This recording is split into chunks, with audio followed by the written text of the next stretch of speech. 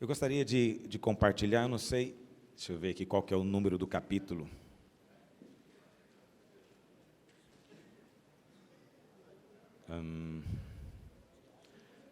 Eu não sei, olha para mim, Paulo Cheim, herança e recompensa, qual que é a página?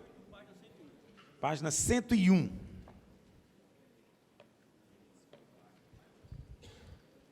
Página 101. Irmãos, antes de eu começar a falar, deixa eu pedir algo para você. Eu até pedi que o Rigonato trouxesse também os alunos, eles vão vir, né? Ótimo. Como nós estamos em época de eleição, então todas as vezes que tem eleição, eu recebo, às vezes, candidatos para que eles possam falar alguma coisa, mas não pode ser no culto, porque no culto eu não abro essa possibilidade. Mas como estamos aqui numa reunião de pastores, eu pensei de deixar, pelo menos 2 deles que pediram, é só para quem pede, eu não ofereço, virem hoje à tarde, porque não sei se você viu aí, mas eu acho que é o penúltimo capítulo, estou dando algumas orientações sobre política. Não é o meu assunto predileto, não gosto de falar disso, falo contrariado, mas às vezes é necessário. Não é? Às vezes é necessário, nossa função exige isso. Como líder do ministério, eu tenho que falar às vezes. Então, tem alguma orientação aí? Talvez quando eles estiverem aqui, eu vou ler junto com você algumas dessas orientações mais recentes para você. Mas eu sei que você já nos ouviu o ano passado, até no ano anterior, nós falamos uma série de palavras sobre isso. Os irmãos devem ter acompanhado, todos acompanharam, né? Isso tem sido bênção. Eu acho que o Brasil está passando por um momento interessante. Os evangélicos realmente abriram os olhos, finalmente. Entenderam que não dá para votar em partido de esquerda. São partidos que querem destruir a nossa religião, vamos dizer assim, os nossos valores. Então, hoje, a maior parte dos evangélicos entenderam isso. Isso vai produzir mudanças no nosso sistema político, não tenho dúvida nenhuma, porque os evangélicos fazem diferença. Ok? Então, nós vamos ter 2 candidatos a prefeitos aqui de Goiânia. Eu sei que muitos dos irmãos, obviamente, não tem nada a ver com Goiânia, nem moram aqui, mas você não precisa de falar isso para ninguém. Entendeu? Quando ele chegar aqui, não levanta e fala, irmão, eu moro lá em Cabrobló do Sul. Aí ele fala, mas eu estou falando que reunião que é essa que eu estou falando? Não precisa falar nada, seja discreto. Só ri, fala que bom. Ok? Aí se alguém tiver alguma pergunta, deixa só os de Goiânia ter perguntas. Quantos aqui da região da Grande Goiânia estão aqui? Deixa eu ver, ergue a mão. Então, é muito pouco voto que ele vai ter, mas não tem problema. O que é estranho, porque tinha que ter pelo menos 50 pastores de Goiânia aqui. Eu quero chamado, eu quero saber quem não está aqui. Eu acho que quem ganha salário para vir numa reunião e não vem, tem que cortar o salário. Essa é a minha visão. Essa é a minha visão. Olha para cá. Você veio de quantos quilômetros para estar aqui comigo? Aí tem um cidadão que mora aqui e não vem. Vê se não merece. Não é pecado para a morte isso. Claro que é. Claro que é. Não vai passar despercebido, não por mim. Ou tem uma boa desculpa, ou eu é que pedirei desculpa para ele. Olha para cá. Então, 4h30 mais ou menos ele deve chegar. Amém? Vamos ter aquela postura, porque é uma reunião de pastores. Não precisamos de ensaiar antes não, né? Então, eu e as minhas filhas sempre ensaiei em casa as coisas com elas. Ok? Herança e recompensa. Deixa eu compartilhar com você algo. Muitos irmãos me mandam e-mails perguntando todo o tempo, pastor Aloísio, e agora? Você fala tanto da visão dos vencedores, agora você está pregando algo que contradiz. Eu não prego nada que contradiz. Você não conseguiu ainda juntar peças, a culpa não é minha. Mas não venha presumindo que há contradição, não há contradição. São coisas distintas. A questão é que eu tenho uma característica como ministro. Eu sou muito focado e apaixonado quando eu estou falando de alguma coisa. Se eu estou falando de política, eu vou falar de maneira apaixonada. Se eu vou falar aqui da graça de Deus, é de maneira apaixonada. Não importa o que eu estou falando, sempre vai ser a mensagem mais importante que eu tenho para falar. Essa é a maneira como eu faço, eu entendo que todo pregador tem que ser assim. Eu creio que é assim que você, inclusive, tem resultado. E, em fazendo isso, alguns irmãos têm aquela ideia de que ele está tão apaixonado por isso que ele esqueceu outras coisas. Não esqueci não. Só que tudo tem o seu tempo. Cada coisa a seu tempo. Ok? Então, a visão dos vencedores, o que é a visão dos vencedores?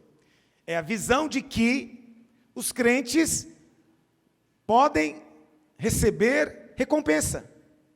Basicamente não é isso? Basicamente é isso. Recompensa pelo quê?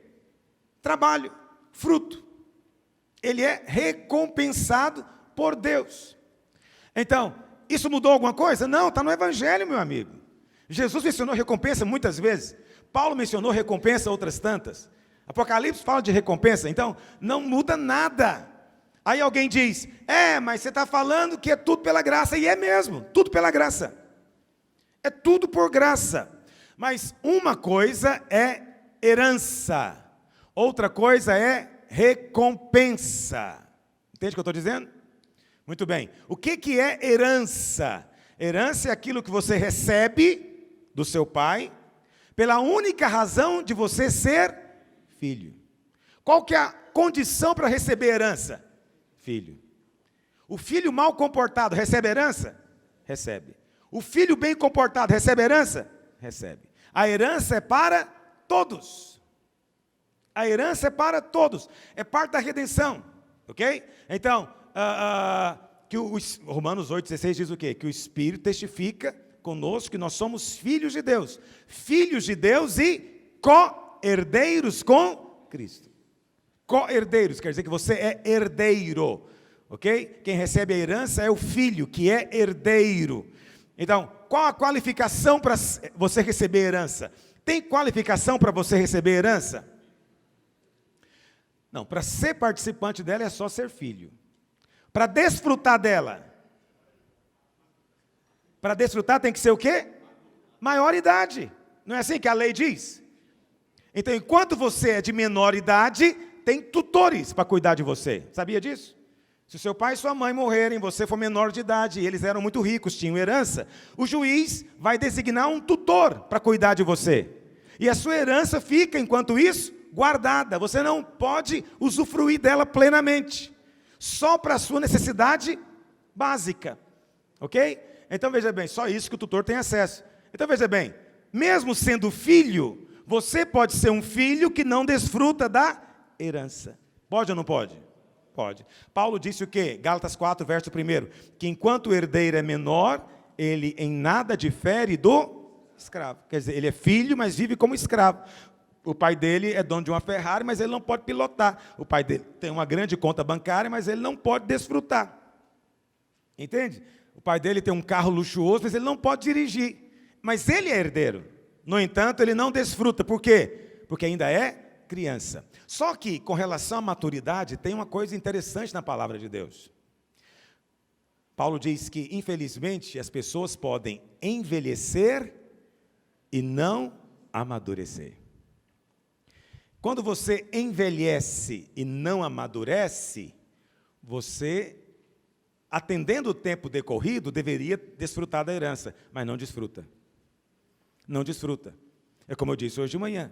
Você deveria estar desfrutando do favor, porque o favor não é recompensa. Favor é parte da sua herança. Entendeu? Ser como árvore plantada junto a ribeiros de água é herança. Dar fruto é herança. Ser bem-sucedido é herança. Tudo isso são coisas que pertencem a você. Mas você não vai usar se não tem crescido. Já preguei sobre isso esse tempo atrás. Hebreus 5,13 diz que as crianças são aquelas que são inexperientes na palavra da justiça. Quem é criança? É aquela que não entende ainda que a justiça é pela fé. Essa é criança. Não desfruta da herança. Entendeu? Isso tudo, eu não falei nada aqui de ser vencedor ainda, falei? Nada. Eu só falei de herança, de ser filho. Todavia, além da herança, existe a recompensa. Quem é que recebe a recompensa? Essa é uma pergunta importante. Eu vou te dizer uma coisa, sabe quem recebe a recompensa? O filho que desfruta da herança. Sabe quem é o crente derrotado? É o que não desfruta da herança. Esse aqui é o derrotado. É justo, vive como se não fosse. É perdoado, vive como se não fosse. Ele não desfruta de nada que já é dele por direito da cruz, nada. Como ele não desfruta, vive sem ter. Ou seja, vive de maneira derrotada. Então, quem é o derrotado que a gente ensina a visão dos vencedores? É aquele que não entendeu ainda qual é a sua herança, nem sabe como se apropriar dela. Não compreendeu esses princípios espirituais. Sendo rico, vive ainda como se fosse pobre. Estão acompanhando o que eu estou dizendo? Ah, pastor, mas você pregou esse tempo para trás, baseado lá em Romanos 4, do trabalhador que não trabalhou e foi receber salário. Isso não combina com a visão dos vencedores. Eu já ouvi demais isso. Eu falo, como que não combina? Por quê? Por que na sua cabeça está desconectado? Porque você acha que o vencedor é aquele que tem obras que ele fez na força dele. Mas isso é porque você nunca ouviu para valer o ensino, nem meditou no que foi falado.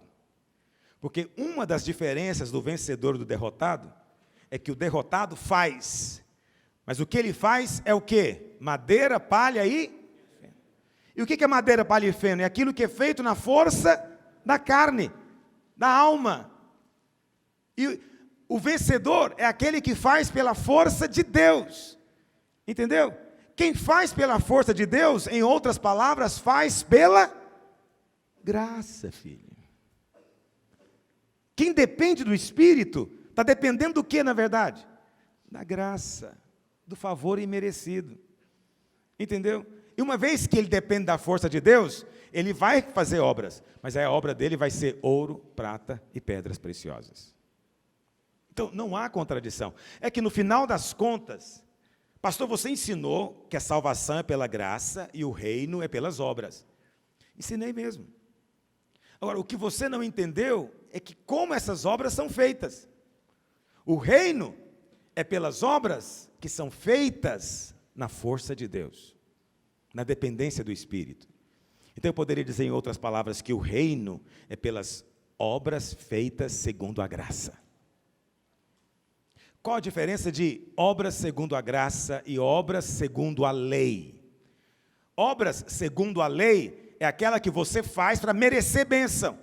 É aquela que você faz para barganhar com Deus. Isso é obra segundo a lei, não tem valor. Isso é do crente derrotado. Quem é o crente vencedor? É aquele que tem obras, mas ele tem obras porque ele entendeu que é o Espírito agindo nele que vai fazer. E que ele não tem que ter obras para conquistar o favor de Deus. Mas porque ele já tem o favor de Deus, ele... Eu sei que depois do almoço é difícil prestar atenção. O cérebro fica mais lento porque o sangue está tudo no estômago ali, trabalhando para digerir. Mas você tem que se esforçar para entender o que eu estou dizendo. Amém, meus irmãos? Amém. Alguém tem alguma dúvida sobre esse assunto? Você pode falar, que é bom que eu percebo direito onde é que está a confusão que alguns irmãos têm tido.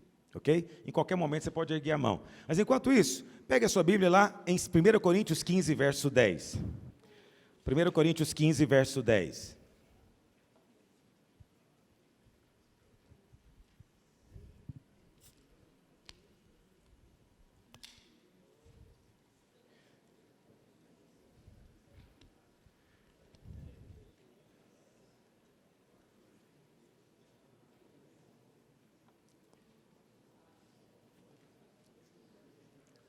Pastor, mas se pela graça eu recebo bênção sem merecer, com base em que eu vou ser recompensado? Como que pode haver recompensa dessa maneira? Isso é uma coisa interessante você perguntar. Isso tem a ver com a postura com que cada um recebe graça. Eu não sei se você tem tido o costume de ficar ouvindo outros pregadores na internet. Não proíbe, você é adulto e você é livre, mas tenha cuidado com o que você ouve. Porque, para o derrotado, a graça é provisão para o relaxo. Para o vencedor, a graça é provisão para o zelo. Totalmente diferente. Para o derrotado, a graça é provisão para o pecado. Para o vencedor, a graça é poder para vencer o pecado. Entendeu? Então você vai encontrar na internet muita gente pregando graça. Aí o que ele prega lá? Não precisa fazer nada. Você não precisa dar dízimo. Ir em culto, que história é essa de ir em culto? Você não tem que ir em culto, não, vai para a praia. Eu estava lendo esses dias um pastor dizendo isso. Falei, como que ele espera ensinar o crente a ser vencedor desse jeito? A graça para... Jesus morreu na cruz para ele ir para a praia. Você precisou do Filho de Deus descer da glória, morrer na cruz para o cara ir para a praia. Você acha que é isso que Deus tinha em mente? Não. Jesus morreu na cruz para ele fazer o que ele nunca podia fazer. O que é? A vontade de Deus. Agora, se depois de provar a graça, como ele, entre aspas, diz que provou, ele não consegue nem ir no culto domingo, é mentiroso. Mentiroso. Não tem poder nem para ir no culto domingo. O culto domingo para ele ainda é uma opressão. Vê se essa pessoa viu a graça. Meu amigo, quem vê o tanto que é amado e o preço que foi pago por ele, ele nunca vai reclamar de ter que ir num culto domingo. Mas é gente que diz que tudo isso é religião. Que dízimo o quê? Você está livre da lei, você não tem que dar dízimo. E outra coisa, isso tudo aí é má intenção de pastor querendo te roubar dinheiro. Ou seja, Jesus morreu na cruz para ele não ter que dar nada. Você não percebe uma coisa ilógica nisso? Deus Pai enviou Jesus para o cara não ter que dar nada, mas já não dava nada antes. Não podia continuar como estava? É claro que Jesus não veio para liberar você de dar. Ele veio para te capacitar a dar muito além. Entendeu a diferença? Isso é a mentalidade do vencedor. Mas o derrotado, tudo que você fala para ele é pretexto para ele viver a vida mais relaxada, mais displicente, mais sem compromisso. E ninguém pode falar mais nada para ele em nome da graça. Irmão, você está em pecado. Que pecado, rapaz? Não tem lei para mim mais não. Sou livre de toda condenação, sai para lá. Irmão, você precisa de se envolver na obra, você tem que ganhar almas. Que ganhar almas? Eu não tenho que fazer nada, Jesus morreu por mim, eu sou livre. Ou seja, eu posso ficar em casa dormindo o dia inteiro, não tenho que fazer nada. Agora, é engraçado que esse mesmo pessoal reclama muito daquele outro grupo que prega prosperidade. Eles gostam de dizer frequentemente, esse pregador aí acredita que Jesus morreu para dar um Rolex para ele. Eu também acho um absurdo isso. O cara acreditar que o único motivo do Senhor vir morrer na cruz foi para ele ter um carro zero. É um negócio também assim, de deixar a gente com o estômago nauseado.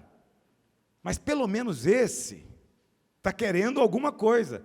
Mas o outro que só quer ir pescar na praia, ele não quer nada.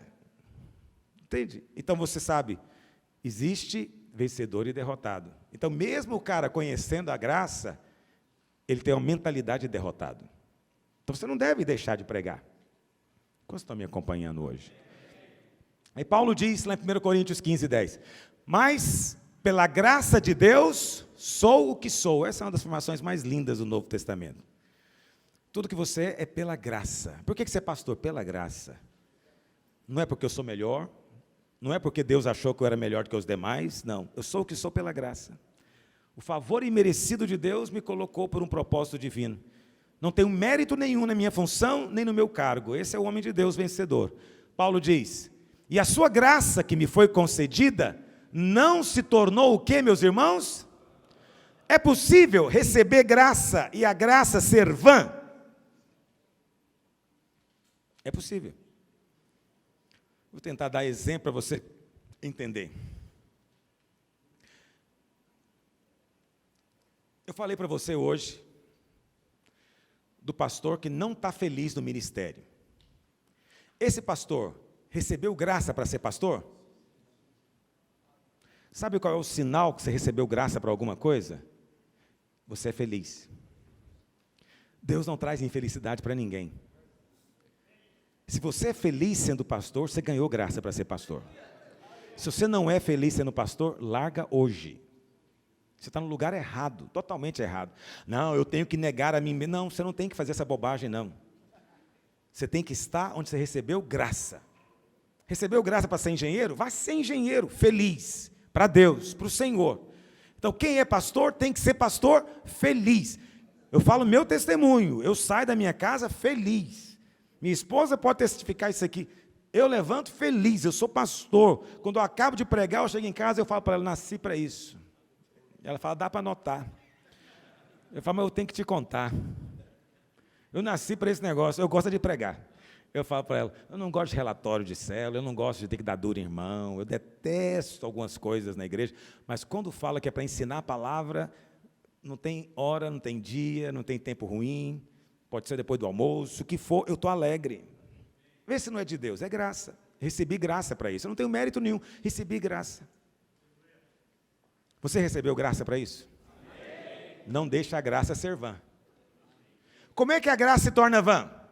Eu vou dar um outro exemplo, de pastor não fica legal. Vamos imaginar que você não é pastor, você é um membro da igreja, mas você recebeu graça para ser líder de criança.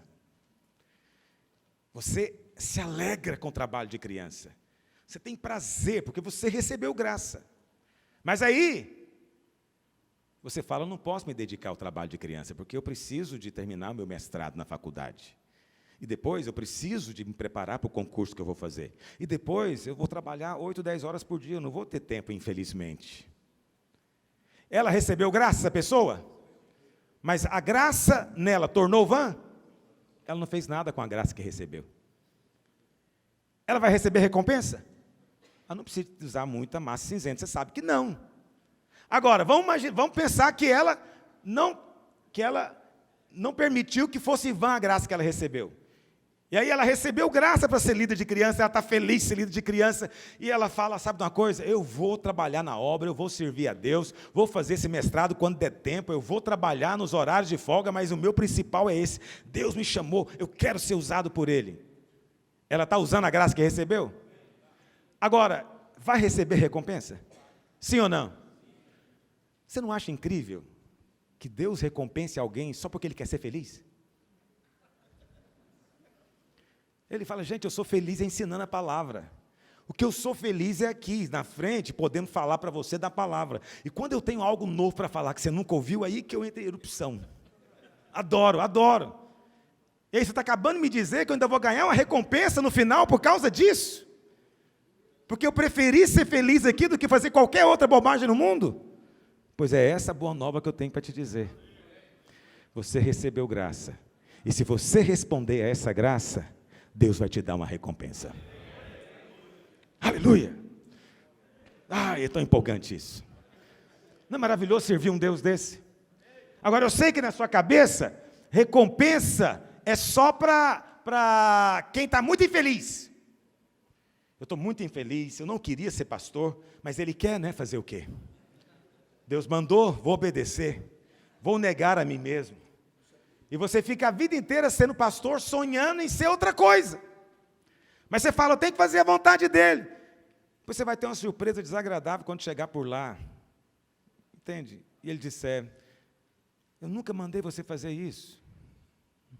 O grande sinal é estar feliz. Eu sempre digo para quem anda comigo, se você não está feliz, para e veja o que está acontecendo. Não é ministério.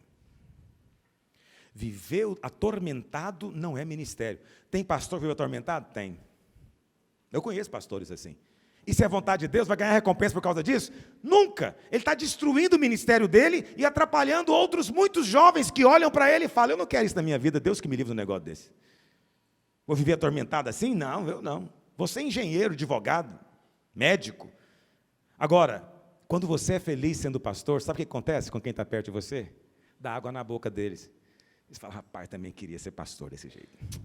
Fico vendo o pastor Luiz, eu queria também ser pastor. Eu não me sinto ofendido, né? Nem diminuído por causa disso, pelo contrário, me sinto abençoado. Abençoado. Eu não estou dizendo que é fácil. Eu não estou dizendo que não tem dia que você fica cansado com preguiça, tem dia que me dá uma preguiça.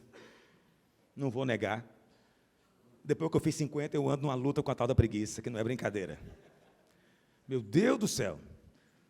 Tem dia que eu tenho que respirar fundo. Mas eu sou feliz. Eu sei que o problema é a carne. Eu esmurro ela. Porque eu estou feliz. Agora tem gente que não é feliz. Dar aula para ele é difícil. Pregar domingo, todo domingo. Domingo é o pior dia da semana para eles. Larga disso, meu amigo. Para que viver desse jeito? Jesus veio morrer na cruz para você viver assim? Não precisava, já vivia assim antes. Bastava manter o ritmo. Se Ele veio é para tirar você disso. Então, ser pastor envolve sim, como tudo na vida, dias difíceis, dias de luta, dias de cansaço, de perseverança. Mas quando você olha para trás, você fala, faria tudo de novo, foi bom demais, meu Deus do céu. Gostei demais de tudo. tudo é maravilhoso. Aí a graça não foi vã. Eu pergunto para você, tem irmão fazendo a graça vã dentro da igreja? Que recebeu graça e não faz nada com ela? Tem. Então, esse é derrotado. Eu sei que é uma palavra pesada, não gosto muito de usá-la, os irmãos gostam mais do que eu, prefiro falar só do vencedor, o derrotado fica implícito, né? Mas existe. Isso não anula em nada o fato da pessoa ter recebido graça. Infelizmente, é possível receber graça e torná-la vã, ou seja, inútil. Mas Paulo diz, a graça que me foi concedida não se torna antes. O que ele fez com a graça, meus irmãos? Trabalhei muito mais do que todos eles. Quanto mais você entende a graça, mais você trabalha. E trabalha alegre. Você trabalha alegre. Você fica inventando o que fazer. Você não vai acreditar. Meu lazer é preparar a pregação. Minha mulher fala, você está trabalhando? Eu falo, não estou. Agora não. Nesse momento eu estou aqui só divertindo aqui, porque me veio um negócio na minha cabeça, eu preciso escrever. Na cabeça dela, eu estou enrolando ela. Mas Deus sabe que é verdade. Eu não estou trabalhando, eu estou me divertindo. Um dia eu encontrei uma irmã que o lazer dela era resolver polinômios. Sabe aquelas equações longas, cheias de colchetes, parênteses e aspas e... terrível. Para quem não gosta, era o lazer.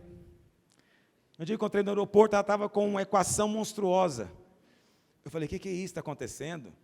Ela falou, estou encucada com esse trem tem uma semana. Eu falei, é mesmo? E como é que você vai resolver isso? Ela falou, estou com algumas ideias, mas ainda não sei como fazer. Mas ela estava divertindo, não vê o tempo passar. É muita graça, vamos ser francos, é graça demais. Só Deus para dar isso para alguém. Vê se o diabo dá um negócio desse para alguém. Resolver polinômio. Me deu inveja. Porque eu tenho também umas coisas estranhas, mas eu achei que ela bateu o recorde. Recebeu graça para alguma coisa. Gosta de dar aula. Né, dar aula na faculdade. Não sei de que é cada aula, deve ser alguma coisa ligada com cálculo. Porque recebeu uma graça de Deus para isso. Viva na graça que você recebeu. Eu quero te falar isso com todo amor. Mas seja um pastor feliz. Não force para ser feliz, apenas avalia, você está feliz? Chega no prédio da sua igreja, quando estiver vazio, só as cadeiras, senta na frente e pensa, você está feliz com isso? Eu estou feliz com esse negócio aqui. Você está alegre? Você olha as cadeiras vazias e fala, vai estar tudo cheio, domingo vai ser uma bênção, vou pregar, vai ter unção, nós vamos cantar, o céu vai descer, e os irmãos vão crescer. Analisa, se depois que você olhar para aquilo tudo, seu coração fica mais cheio, vá em frente. Mas se não, pastor, não fala isso não, vai atrapalhar a obra. Não atrapalha não, você ficando é que atrapalha. Por que atrapalha? Porque ninguém vai querer viver como você vive, e nem Deus quer que você viva assim. É preciso viver com a alegria de Deus. Aquela empolgação infantil com a obra. Entende? Se empolgar com a fase que você está, com as coisas que Deus está te dando. Eu empolguei com tudo, me lembro, no começo, ensinando, devo lembrar, nós compramos um projetor. Ninguém tinha projetor em Goiânia, lembra disso? Era um trambucão 3M, um negócio muito fraco, por sinal. Mas o dia que eu liguei esse domingo à noite, me senti no céu. E aí eu fui criar PowerPoint, um negócio legal. Aí tinha as transições, eu inventava, o culto, o povo ficava olhando mais lá do que me ouvindo. Teve um dia que eu fiz o PowerPoint, que cada letra entrava. Imagina um texto lá e cada letra entrando. O povo ficava olhando aquilo, até dormia. Eu pensava comigo, não é legal esse negócio? Cabeça de criança, mas eu estava empolgado com aquilo. Aí você fala, não, mas eu tenho que empolgar, é só com a salvação das almas. Eu empolgo com tudo, salvação também é bom.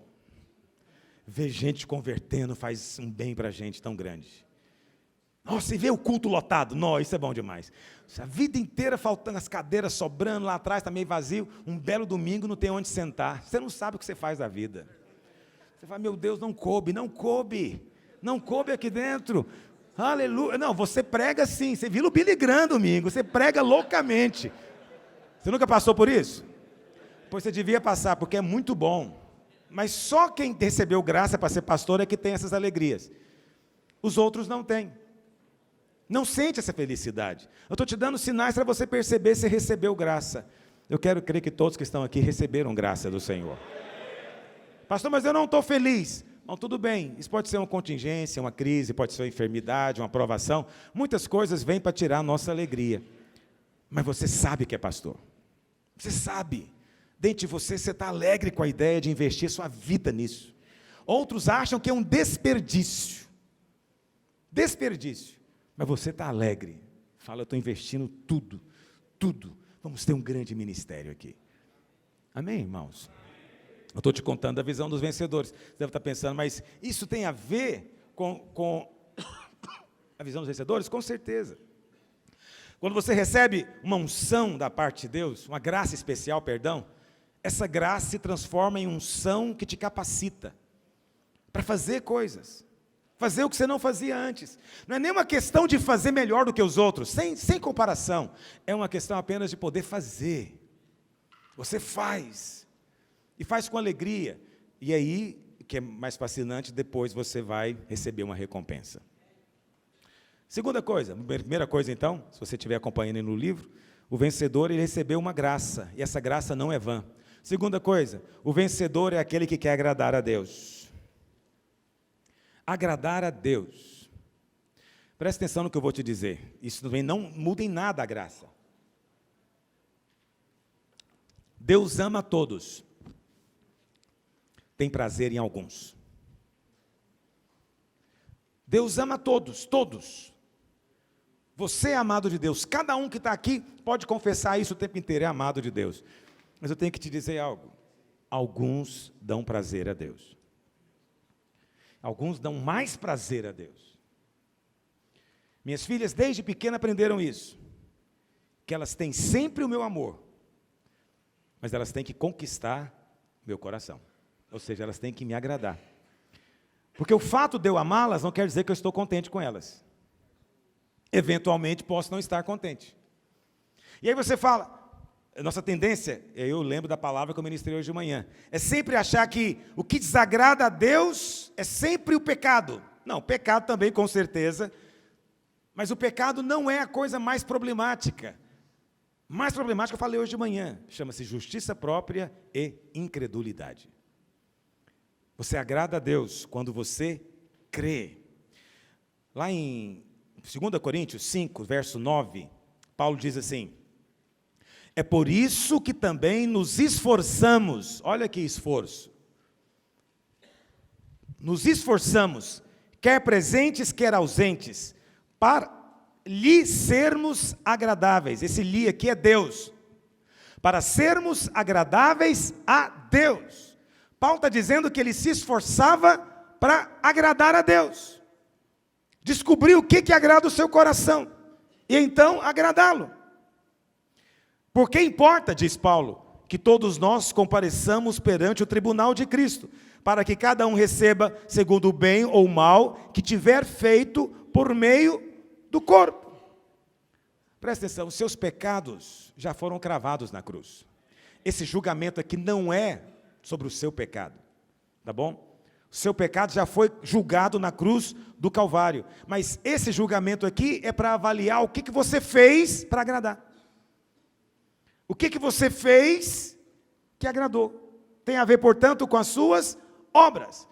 1 Coríntios 3, verso 14 em diante, Paulo diz que as obras podem ser ouro, prata, pedras preciosas, ou podem ser madeira, palha e feno. Então, o fogo de Deus vai checar essas obras. E aquela obra que não foi aprovada por Deus, então ela vai se perder. Qual obra que não é aprovada por Deus? É aquela que é feita com base no mérito próprio, na justiça própria, na barganha com Deus. É aquela que é feita com base no medo. Entende? Eu sei que os irmãos gostam muito de usar a visão dos vencedores para colocar medo na vida das pessoas.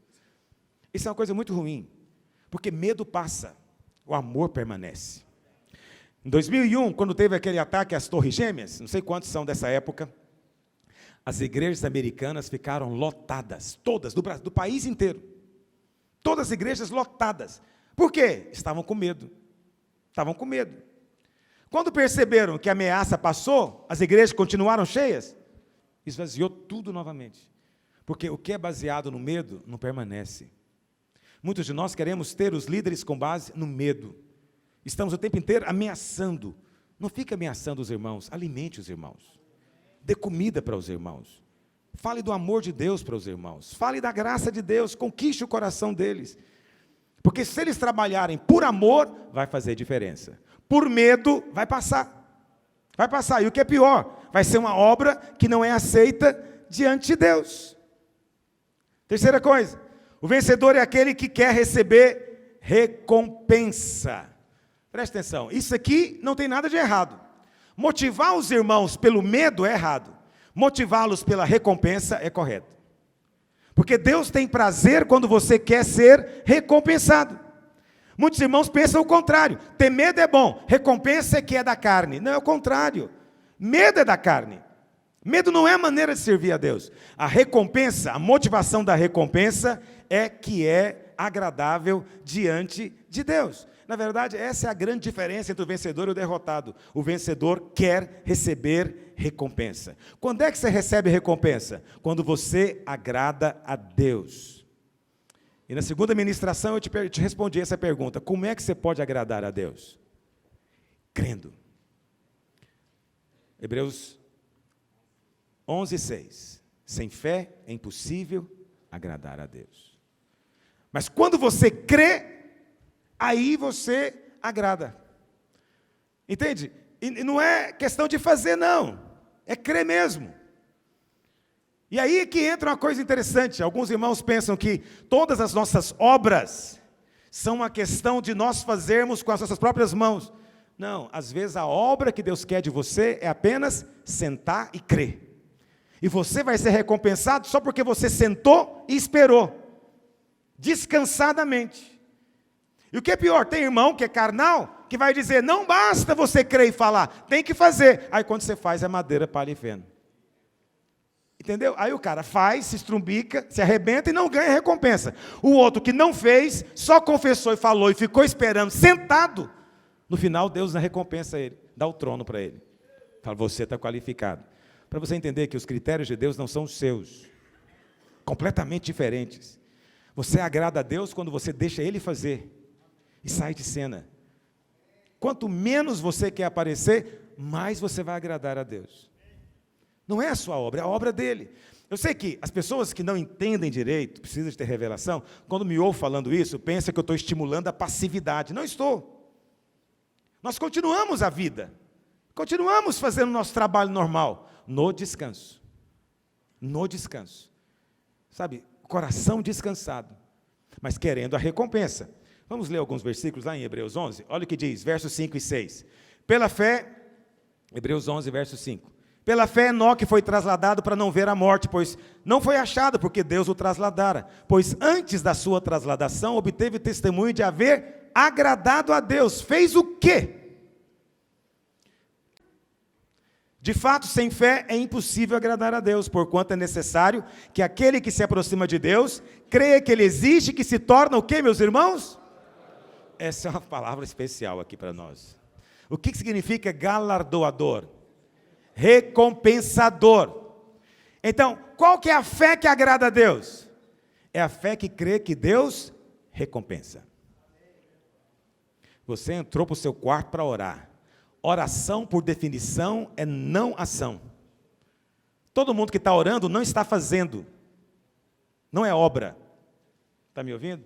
A própria oração nem fazia parte da lei, não tinha um mandamento, orarás. Não tem. Porque oração, por definição, é dependência. Mas Jesus disse, quando você for orar, entra no seu quarto, fecha a porta, e o Pai vai fazer o quê? Te recompensar. Vai recompensar aqui, vai recompensar lá também. Recompensou por quê? Porque você não fez, pediu para Ele fazer. Ah, vamos ser franco. Não, vamos ser franco, é um negócio que mexe com a lógica da mente. Deus está dizendo o seguinte, que ele, o Enoque, creu que Deus era o quê? Galardoador dos que o buscam. Eu creio que Deus recompensa quem busca, quem crê. Então eu vou crer. Mas os irmãos acreditam que o recompensado é aquele que faz muito. Mas às vezes o que faz é só obra do homem. Eu tenho muito receio de que às vezes tenhamos muitos irmãos fazendo coisas, mas sem depender do Espírito. E aí, se não depende do Espírito, não tem recompensa. Porque Deus não aceita glória no sentido, nenhum homem vai se gloriar diante dele. Ninguém vai se gabar de alguma coisa diante de Deus, dizendo, foi eu que fiz. Ninguém. Tudo vai ser glória para Ele. Então, é esse que Deus recompensa. É essa que é a verdadeira aplicação da visão dos vencedores.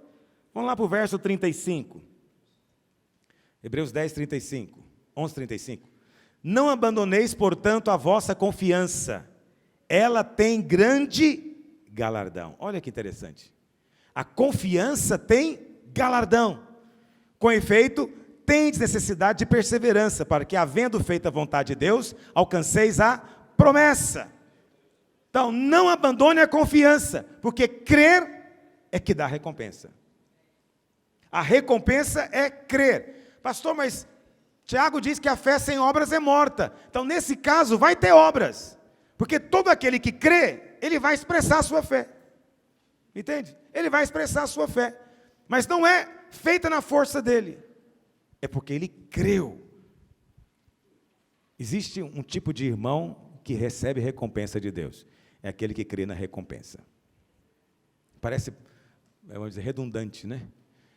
Mas muitos de nós não pensamos nisso. Verso 24, Hebreus 11, 24. Pela fé, Moisés, quando já homem feito, recusou ser chamado filho da filha de Faraó, preferindo ser maltratado junto com o povo de Deus, a usufruir prazeres transitórios do pecado. Por que ele venceu o pecado? Isso aqui é interessante. Porquanto considerava o opróbrio de Cristo por maiores riquezas do que os tesouros do Egito. Por quê? Contemplava o quê, meus irmãos? Galardão, ou seja, recompensa. Então Moisés enxergou a recompensa. Deus mostrou para ele a recompensa que ele teria. Agora, não pense que era só no céu, aqui também. Está me ouvindo? Há recompensa aqui também. Deus não fica devendo nada para ninguém. Então, você não deve pensar que você vai ser abençoado só lá no céu, não. Há recompensa aqui. Pedro um dia chegou para o Senhor e falou isso. Vamos ler? Marcos capítulo 10, verso 28. Então Pedro começou a dizer-lhe, eis que nós tudo deixamos e te seguimos. Bom, antes de mais nada, vamos ouvir isso aqui. Nem todo mundo que deixa tudo, deixa por causa de Jesus. Está me ouvindo? Então, não julgue pela aparência. Nós, às vezes, vemos pastores aí passando muita necessidade e ficam pensando, ele largou tudo por causa do Evangelho. Não, há muitas motivações que nós não conhecemos, então não julgue. Mas a promessa é, tornou Jesus, em verdade vos digo que ninguém há que tenha deixado casa, ou irmãos, ou irmãs, ou mãe, ou pai, ou filhos, ou campos, né, fazendas, por amor de mim, e por amor do Evangelho. Você sabe que tem, infelizmente, tem pastor que nem sabe o que é o Evangelho direito. Tem gente que prega mais célula do que Evangelho. Pega mais uma tal de visão do que o Evangelho. Mas Jesus disse, se você largou tudo porque você entendeu o Evangelho, e falou, gente, por isso sou capaz de morrer. Essa é a mensagem, eu tenho que pregar isso. Se você ama o Evangelho, e você ama o Senhor, então o Senhor disse, e que não receba já no presente 100 vezes mais. 100. Quantas vezes, irmãos? 100. Cêntuplo. De quê? Casas, irmãos, irmãs. Bom, casas, irmãos e irmãs, eu sei que muitos gostam de interpretar como sendo os irmãos realmente, que cada irmão com a sua casa acaba sendo a bênção para a gente, não é? Eu sempre gosto de dizer que ter piscina não é tão bom quanto ter irmãos que têm piscina, porque fica muito mais em conta, inclusive, e cada vez que você vai ainda é bem tratado, não é? Mas Deus ainda assim tem para você. E mães, é claro que você não vai ter 100 mães, mas vai ter 100 mulheres que são mães que vão cuidar de você como se fosse filho, e filhos e campos, até campos, com perseguições. Interessante que não tem esposa ali, não tem esposa. Porque você não vai ter um harém, né? Não tem a promessa aqui, tipo o islamismo. Você não vai ter 100 mulheres, ok? Mas tem campos, fazendas, com perseguições. Essa é a parte que não é tão agradável da história, porque toda vez que pastor prospera, alguém vai falar mal dele. É a prova que ele é ladrão sem vergonha. Né? Então, pastor é perseguido. E no mundo por vir a vida eterna. Então, preste atenção. O Senhor disse que vai receber quando? No presente século. Nesse tempo. Nesse momento. Então, preste atenção. Deus não vai ficar te devendo nada. Se você, de fato, renunciou a algo por causa do Evangelho, você pode esperar que você vai receber a recompensa. O que você renunciou por causa do Evangelho? Preste atenção, por causa do Evangelho. Não é porque você quer aparecer, não é porque você queria um título, não é porque você queria ser famoso, não é porque você queria ser conhecido. Não, por causa do Evangelho, por causa do Senhor. Eu estou aqui nessa cidade porque eu amo o Senhor e amo o Evangelho. E eu quero ser um testemunho do Evangelho aqui. E Deus está vendo a sua sinceridade. Eu quero dizer para você, não sei o que você renunciou, mas você vai ganhar 100 vezes mais. Entendeu? Se não ganhou ainda, espere. Vai ganhar, porque o Senhor disse que é nesse tempo. Agora, você às vezes não vê pastor recebendo isso. Por quê? Porque não está cumprindo as condições. Muitos, infelizmente, são motivados por outras coisas. Alguns só querem um bom emprego. Alguns só querem... Tem pastor que está atrás de ficar famoso, conhecido, tem um nome. Ele tem outras motivações. Mas eu não sei quem. Eu não julgo as pessoas. Ok? Não fico preocupado em julgá-las. Mas cada um deve saber de si. Porque às vezes você não vê essa promessa acontecendo na vida de todos... Aí você questiona, será que é verdade isso? Será que não tem uma interpretação errada? Lá em 1 Coríntios 13, o que Paulo diz? Não adianta você, ainda que eu falasse a língua dos homens e dos anjos, ainda que eu entregasse o meu próprio corpo para ser queimado, ainda que eu distribuísse todos os meus bens entre os pobres, se não tiver amor, o que ele diz? De nada adiantaria. Entende isso? Ou seja, não teria recompensa nenhuma. Mas se você fizer tudo isso por amor ao Senhor e ao Evangelho, vai ter recompensa? Vai. Aí adiantaria. Mas Paulo diz que alguns fazem não por amor ao Senhor, nem por amor ao Evangelho. Eu sei que você pensa, quando fala a palavra amor, é amor ao próximo. Não, amor ao próximo é só o resultado do seu amor para com Deus. Mas você só ama a Deus se você entender o quanto você é amado por Ele primeiro. Amanhã de manhã nós vamos falar sobre isso. Entende? Quer dizer, Paulo está dizendo então que há proveito, há lucro, há resultado. Mas quando não tem esse amor, é como o símbolo que retine. Aí nesse sentido, alguém pode dizer...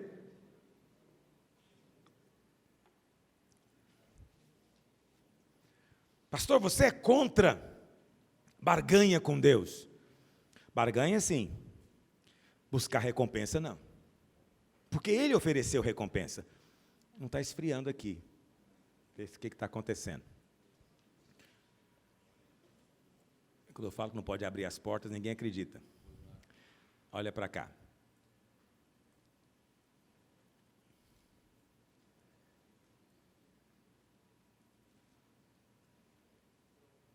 Onde é que eu estava mesmo? Ah, sim. Pastor, você é contra essas igrejas que quer fazer troca com Deus. Eu vou trazer aqui minha oferta e vou ganhar 100 vezes mais. Presta atenção, barganha é um comércio com Deus. É transformar o gasofilácio em roda da fortuna. Isso é vergonhoso. É feio. Entende? Isso desonra a Deus, não tenha dúvida. Mas alguém fala, pastor, mas agora você está falando aí que você não é contra quem também crê na recompensa. Essas são coisas distintas. A recompensa é uma promessa, eu posso esperar por ela. Mas eu faço tudo por amor ao Senhor e ao Evangelho. Entendeu? Vou te dar um exemplo. Há um tempo atrás, isso aconteceu realmente conosco. Já tem alguns anos isso. Uma irmã, ela testemunhou na frente da igreja. Ela estava no culto de manhã e ela sentiu no coração de dar o carro dela. E era um carro velho, mas era o carro único que ela tinha. E ela sentiu no coração, eu não estava pregando sobre isso, ninguém estava pedindo, e ela falou, isso é coisa da minha cabeça. Mas continuou inquietando o coração dela, dá o seu carro. E ela resistindo, falou, não posso dar meu carro, como é que eu vou dar meu carro? Eu vou dar uma boa oferta, eu não posso dar meu carro, eu preciso do carro, eu trabalho com o carro. E ela arrazoando, e com a voz, e depois ela passou a perceber que aquilo era de Deus. Ela falou, meu Deus, será que o Senhor está querendo que eu dou o carro? Ela entrou num conflito, e ela falou, Senhor, eu amo o Senhor mais do que o carro, eu vou dar esse carro. Ela pegou a chave, foi lá na frente e me entregou. Entregou a chave do carro para mim. Aí passou algum tempo, não foi muito tempo, uns 2 meses, aí ela apareceu de volta. Pastor, tem que contar um testemunho. Eu entreguei meu carro aqui, o Senhor pediu o carro, e eu entreguei. Aí eu tenho um irmão, e o irmão dela, não sei se mora no exterior, veio ao Brasil, e chegou aqui e falou para ela, escuta, estou sentindo vontade de te dar um carro. Eu acho bom esses irmãos, né? Vamos sair para comprar um carro? Adoro essa frase também. Vamos sair para comprar um carro. Como quem vai na padaria. Vamos sair para comprar um carro? E ela falou, mas como assim? Que carro? E aí, ela contando que o irmão dela comprou um carro 0 para ela. Ela trouxe a chave para eu orar. Ela entregou um e veio para eu orar com a chave do outro. Aí eu falei, o que eu falei para ela? Você vai testemunhar isso na igreja. O que é isso? Esse testemunho é maravilhoso. E ela contou o testemunho. Aí tinha um irmão, ouvindo o testemunho, falou o quê? Eu estou precisando de um carro, eu estou precisando trocar de carro. Eu estou sentindo que aqui é o lugar de eu fazer isso. O que ele fez? Foi na frente e entregou a chave do carro. Pastor, também estou sentindo, eu quero entregar a chave do carro. Eu recebi, porque eu recebo essas coisas, ofertas, né? Meu trabalho. E aí, eu sei que ele ficou sem carro 5 anos. Por quê? Por que ele ficou sem carro 5 anos?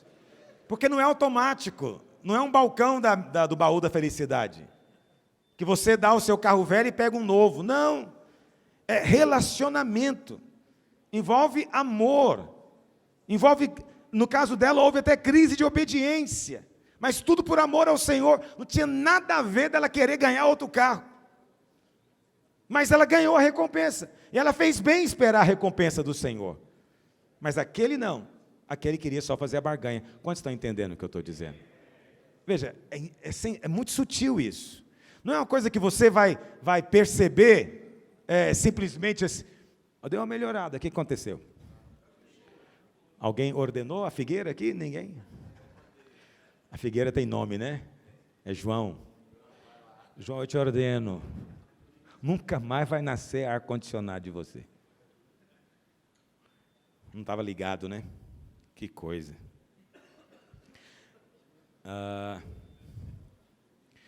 Então, irmãos, na Bíblia, os homens de Deus são motivados por recompensa. Não tem nada de errado você querer receber recompensa. Tenha cuidado para não querer barganhar com Deus. Mas se o Senhor prometeu recompensa, espere por ela. Eu sempre espero recompensa. Eu estou sempre na expectativa de alguma coisa boa me acontecer. Se Deus recompensa a oração, recompensa jejum, recompensa até a esmola que eu dou, sem ninguém ficar sabendo, claro. Então Ele vai recompensar também o meu trabalho no ministério, minha disposição, tudo. Então eu fico esperando recompensa. Espere recompensa. Não tente forçar recompensa. Não transforme o ministério no comércio. Isso é um risco muito grande que os pastores têm. Está o tempo inteiro pensando em como é que ele pode ganhar dinheiro. E eu entendo a sua crise, sua necessidade de ter o dinheiro, mas tenha muito cuidado, não transforme o ministério nisso, em fonte de renda simplesmente. Entende? É preciso ter graça envolvido nisso.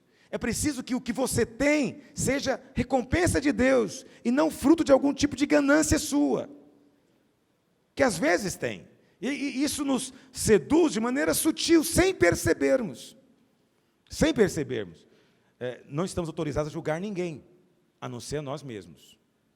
Davi é um exemplo disso, eu gosto dessa história. Abre aí sua Bíblia, lá em 1 Samuel, capítulo 17. Vamos ler do verso 24 em diante. Olha o que diz. 1 Samuel 17, verso 24. Agora eu vou ter que encerrar mesmo. O Vanderlan já chegou? Já está aqui. Já estou encerrando, irmão. Mas ele é crente também, está acostumado. Eu acho precioso esse texto. Todos os israelitas, presta atenção, a Bíblia fala, isso aqui é importante lembrar. Davi não estava no exército, olha para cá. Davi não estava no exército. Ele estava no campo cuidando das ovelhas. O pai dele chamou ele e falou: vai levar um queijo, uma farofa, uma comidinha para os seus irmãos lá no campo de batalha. Davi era adolescente. O que adolescente fala para o pai nessas horas? Ah, não, pai. Não é assim que adolescente faz? Tem que ser eu. A Bíblia não fala que ele resistiu. A Bíblia fala que ele obedeceu o pai dele. Eu não vou dizer que é porque ele obedeceu o pai que ele virou rei, não. Já tinha sido ungido rei. Mas se ele não tivesse ido levar a comidinha para os irmãos, tivesse ficado com preguiça, tinha atrapalhado o ministério dele. Quantos concordam comigo? É preciso analisar também dessa maneira. Mas ele obedeceu. Uma pequena obediência resultou numa grande recompensa. Foi muito pequeno. Obedecer o pai foi muito pouco. Mas muitos não atribuem importância a pequenas obediências. Pequenas coisas que às vezes eu peço para alguns, ele não faz. E às vezes por causa disso ele deixa de ganhar uma grande recompensa de Deus, não minha. Entende? Porque não atribuímos valor. Davi atribuiu. E a Bíblia fala então que ele foi levar. E foi justamente na hora que ele chegou, que foi o último dia que Golias estava afrontando Israel. E ele chegou bem na hora. E ele ouviu a afronta. Olha o que diz o texto. Todos os israelitas, vendo aquele homem, fugiam de diante dele, temiam grandemente e diziam uns aos outros: viste aquele homem que subiu? Pois subiu para afrontar a Israel. A quem o matar, o rei o cumulará de grandes riquezas. Ele dará por mulher a filha, e a casa de seu pai isentará de impostos em Israel. Então falou Davi aos homens que estavam consigo, dizendo: como é que é? O que vão fazer ao homem que feria este filisteu? Ele estava interessado em quê? Ele queria que repetisse o quê? Conta de novo, qual que é a recompensa? Nunca mais imposto de renda, que maravilha. Casar com a filha do rei, vou virar da nobreza. Quem é, pois, Davi diz, esse incircunciso filisteu para afrontar os exércitos do Deus vivo? E o povo lhe repetiu as mesmas palavras, dizendo: olha, assim farão ao homem que o ferir. Ouvindo Eliabe, seu irmão mais velho, falar àqueles homens, acendeu-se-lhe a ira contra Davi e disse: por que desceste aqui? E a quem deixaste aquelas poucas ovelhas no deserto? Bem conheço a tua presunção e a tua maldade. É assim que falam de pastor também. Desceste apenas para ver a peleja. Respondeu Davi: que fiz eu agora? Fiz somente uma pergunta. Desviou-se dele para outro e falou a mesma coisa. Ele estava interessado em saber se era verdade mesmo. Terceira vez. E o povo lhe tornou a responder como dantes, a mesma coisa. Ele estava de olho o quê? Na recompensa. Então, você querer a recompensa é um sinal de que você é um vencedor. Vencedores querem recompensa. Eu quero receber o galardão naquele dia. Eu quero receber a aprovação do Senhor. Eu quero que o Senhor se agrade do ministério hoje. Isso é viver a visão dos vencedores. Não há contradição nenhuma com o que eu tenho falado. É que eu falo uma coisa de cada vez. Porque se eu ficar o tempo inteiro mudando de assunto, não consigo firmar nada. Então quem anda comigo há muitos anos sabe disso. Eu sou de ciclos. Cada tempo eu falo de uma coisa e só falo daquilo e falo muito e repito muito. Quem anda comigo há mais de 15 anos sabe que isso se repetiu várias vezes. Várias vezes. Mas muitos não conseguem juntar coisa com coisa. Imaginam que há contradição quando não há. Pede ao Espírito de Deus te dar revelação, entendimento, para você ensinar para a sua igreja. Essas verdades todas têm que nos incendiar de alguma forma. Entende? Houve um momento, nós falamos muito, por exemplo, do propósito eterno de Deus. Isso tem que incendiar você. Houve uma época que falamos muito de escatologia, visão dos vencedores. Tem que incendiar você. Agora estão falando muito da justiça pela fé. Tem que incendiar você. Essas são todas verdades do Evangelho. Todas elas têm que ser faladas, a seu tempo ensinadas. Você, como pastor, tem que alimentar o rebanho. Não chegar lá para condená-los. Não chegar lá para pesar sobre eles. Não. Alimentá-los com a comida de Deus, a comida do céu. E quanto mais alimentados eles forem, mais eles vão procriar. Porque a ovelha é assim, bem alimentada procria. Bem alimentada multiplica. Quantos querem um rebanho multiplicado aqui? É promessa de Deus também. Promessa de Deus. Por fim, você sabe, eu sempre falo aqui da lei da primeira menção. Já cansaram de me ouvir falando isso. Acho que é uma das minhas leis prediletas da hermenêutica. E sabe qual é a primeira menção de recompensa na Bíblia? Está em Gênesis 15, verso 1. Abre lá, Gênesis 15, 1. Diz assim: depois destes acontecimentos, veio a palavra do Senhor a Abrão numa visão e disse: não temas, Abrão, eu sou o teu escudo, e teu galardão será sobremodo grande. É maravilhoso isso, né? Abraão não tinha feito nada, nem filho ele tinha ainda. Mas Deus falou: não temas, a recompensa vai ser grande. A recompensa vai ser grande. Por que a recompensa dele seria grande? Qual que é o contexto? O contexto foi quando ele foi lutar contra os reis, lembra? Para libertar o seu sobrinho Ló. E na volta ele encontrou Melquisedeque. E deu 10% de tudo que ele tinha para Melquisedeque. Aí o Senhor aparece para ele. Diz: Abraão, não temas. Não tema esses reis que você teve que lutar contra eles. Eu sou o teu escudo.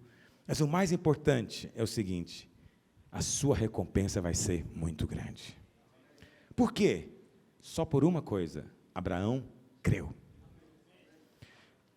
Então, só reafirmando o que eu falei hoje de manhã, a fé traz favor. A fé também é que traz a recompensa. Quem vai ser recompensado é aquele que crê. Agora, quem crê, fala. Quem crê, fala. Só conhecemos o Espírito de alguém quando ele fala. Libere a sua fala. A promessa de 100 vezes mais para você. Você vai ser um pastor muito abençoado. Não tema, não tema, não tema, não tema esse momento, às vezes, que parece ser de carência, necessidade, dificuldade. Acredite, o Senhor só está provando você nesses dias. Mas se você perseverar em crer, né, como diz Hebreus 11, há recompensa na confiança que persevera. Eu estou crendo e estou falando, mesmo que eu não estou vendo como Abraão ainda, eu estou crendo e estou falando. E como diz Romanos 4, Abraão se fortaleceu dando glória a Deus. E eu vou crendo, vou falando e vou glorificando. À medida em que eu faço isso, eu sei que vou receber a recompensa. Agora, a recompensa não é a resposta da oração, não. Está me ouvindo? Ele vai responder a sua oração e ainda vai te dar uma recompensa, porque você creu que iria ter a resposta da oração. É muita bênção. É muita bênção. Nós servimos um Deus maravilhoso. Você, como pastor, tem que falar para o povo o tanto que é maravilhoso servir esse Deus. Você próprio tem que estar empolgado em servir esse Deus. Você não tem que viver pesado com a alma pesada. Você não vai embora pesado daqui nesses 2 dias. Se chegou assim, não vai voltar assim. Porque o Espírito de Deus vai liberar todo o jugo sobre as suas costas. Para que você ande como um vencedor. Quantos dizem amém? Fique em pé onde você está. Vamos orar uns pelos outros? Passe a mão